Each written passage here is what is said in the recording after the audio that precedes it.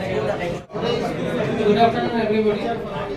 তো আমরা শিশু মেলার পক্ষ থেকে আমরা সদস্যরা আমাদের স্যারের অনুরোধে যেমন সময়ের স্বল্পতা তাই আমরা আমাদেরটা শর্টকাট করতে হচ্ছে, ডেমনস্ট্রেশন ক্লাস হবে না।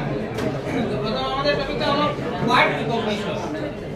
তো ওয়ার্ড রিকগনিশনে কয়েকটি পয়েন্ট আছে, যেমন phonological awareness activity, sound symbol association, skill focus writing, letter and word reading.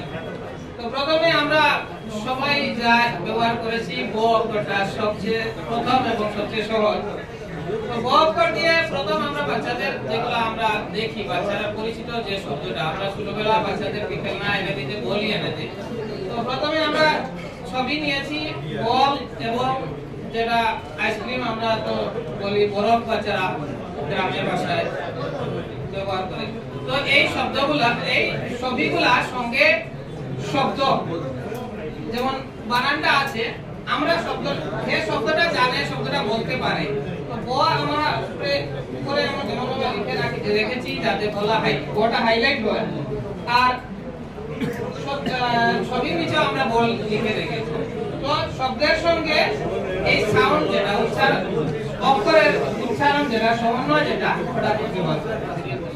এরপরে পদে আরো অনেক শব্দ লেখা আছে, যেমন বই আছে।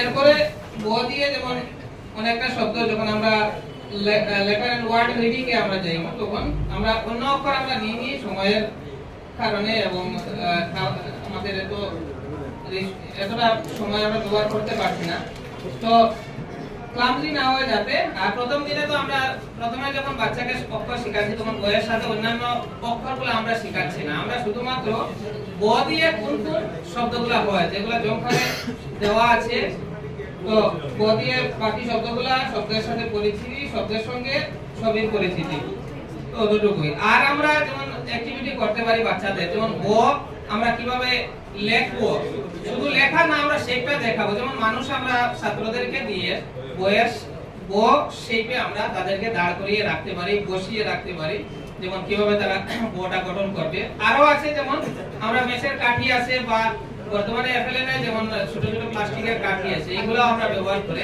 বটা তাদেরকে পরিচয় করিয়ে দিতে পারি। এরপরে তো আসলো লেখার কলা। তো বটা যেরকম বিন্দু বিন্দু দিয়ে বিন্দু সংযোগ করে প্রথমে, এরপরে তাদেরকে ওপেন এন্ডেড যেমন তাদেরকে লিখতে দেওয়া হবে বিন্দু সংযোগ ছাড়াও।